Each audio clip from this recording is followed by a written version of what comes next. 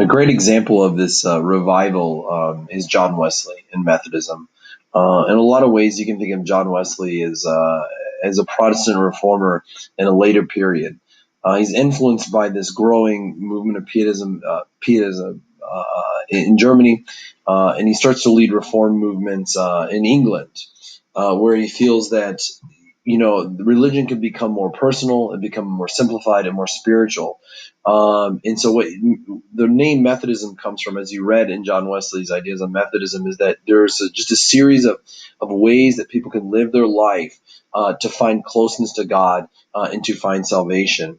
And a lot of it has to deal with moral and everyday moral and ethical actions that people can take in ways that they can live their life, rather than focusing necessarily on institutional religions or sacraments or things like that. It's really about this idea that salvation can be achieved by the individual. So there's some similarities with Wesley, and if you were to look at Calvin, but the key difference here is the idea that he rejects predestination. And Wesley argues to people that they, through their free will, can live a good life and achieve salvation and reach salvation from God.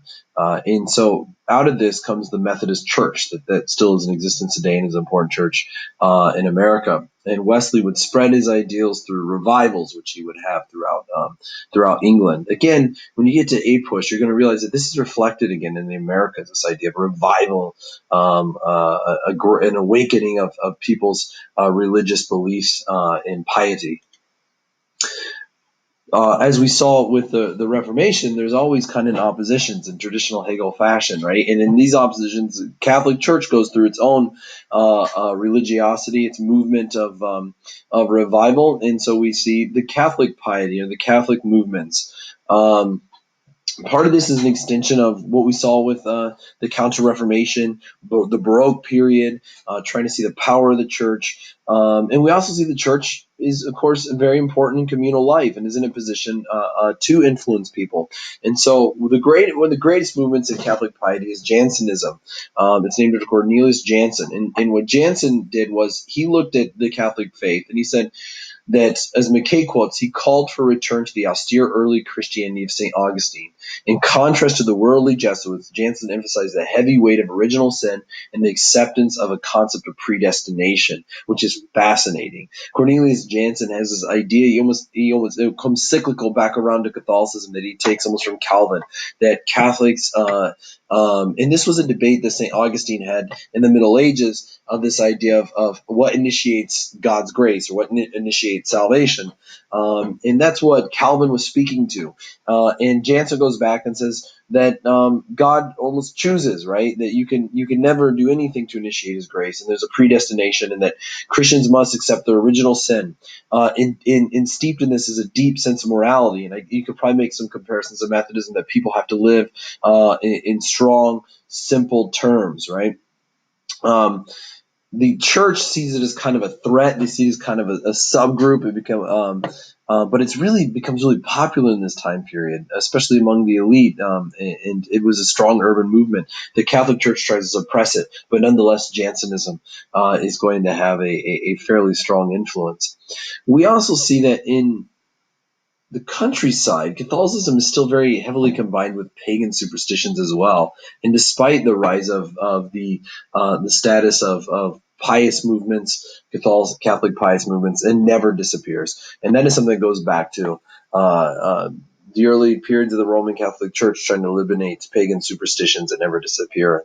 I mean, they're still practiced today when you think of the Christmas tree coming into the home and these sorts of pagan symbols that have been that were never removed, right? So despite the fact that the church tries to suppress Jansenism and its influence, it never does. Here's a great example of a German Christmas tree, right? The pagan symbol of the evergreen coming in around the winter solstice is still heavily within society. So despite both pious movements of Protestants and Catholics, superstition remains strong, even in the age of the scientific revolution, the Enlightenment, among especially people living in the countryside. So the final piece that we want to look at here is in the 17th, 18th century, what are people doing for leisure recreational activities. And so McKay writes a little bit about this idea that people's lives are really hard in this time period. So whenever you can find a form of escapism, people do it. Carnival is, of course, the most popular, remains the most popular for a really long time. The celebrations and the feasts before the fasting of Lent, and things were rather ruckus in this time period. People would engage in acts that they probably otherwise would have thought is morally reprehensible. They felt they would make up for those, I guess, when they got to Lent. There would be rioting, partying, all sorts of things like that. So a lot of historians have written that Carnival becomes a form of social release. That this is a way that people can escape the social pressures of everyday life and the difficulty of living in Europe in this time period.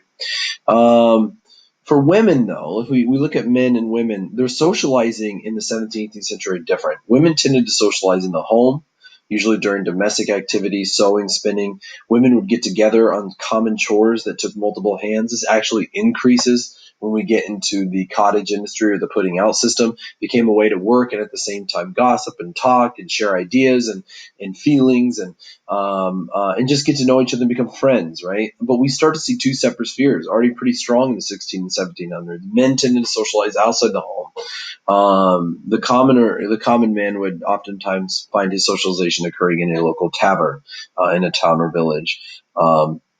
So those separate spheres are strong, and they're only going to become stronger in the first industrial revolution and increase, especially in the second industrial revolution. Fairs are really important. They served as a way to commercialize their goods, to sell goods, but also to exchange ideas and talk. So any opportunity that people got in the 16 and 1700s to socialize, they took. And we got to keep in mind that this is a society that is very different than ours today, in that there's not a lot of avenues of entertainment. The reading revolution is starting to slowly bring reading and books to people of multiple classes, but for the most part, people still find their entertainment through mainly socializing, drinking, and before the Enlightenment, blood sports were really incredibly popular. Um, we think of like bullfighting, for instance, or cockfighting, gambling on these sorts of things were really popular. The Enlightenment attacked these ideas as barbaric, and as we move into really the 19th century, we're going to see the replacement of a lot of blood sports with organized sports, soccer and the like. Here's a great view of peasants in a tavern, men socializing in a tavern around the end of the 30 Years' War, 1648. And alcohol consumption was high as a form of escapism for poor people, commoners in this time period. This was a great painting called The Battle of Carnival versus Lent by Peter Bruegel, one of our more interesting painters that we get to look at in this class. And in this image is kind of chaotic, but you see the scene on the left are people coming out of the taverns, and on the right are people coming out of the church, and the church is trying to impose Lent onto the people to be to start to fast and be austere and be religious and pious again. But the Carnival is people are not letting go of Carnival, and at the center, the bottom center of the screen, you see a recreated scene of jousting where a man is riding a barrel of beer and jousting the church as they're coming out and offering fish, because fish is the one meat that you could eat during Lent, and bread, and coming in and trying to basically, the symbolism is the revelry and craziness of Carnival is being crushed by the religiosity of the church and ending Carnival and bringing Lent. Here's a close-up of the picture.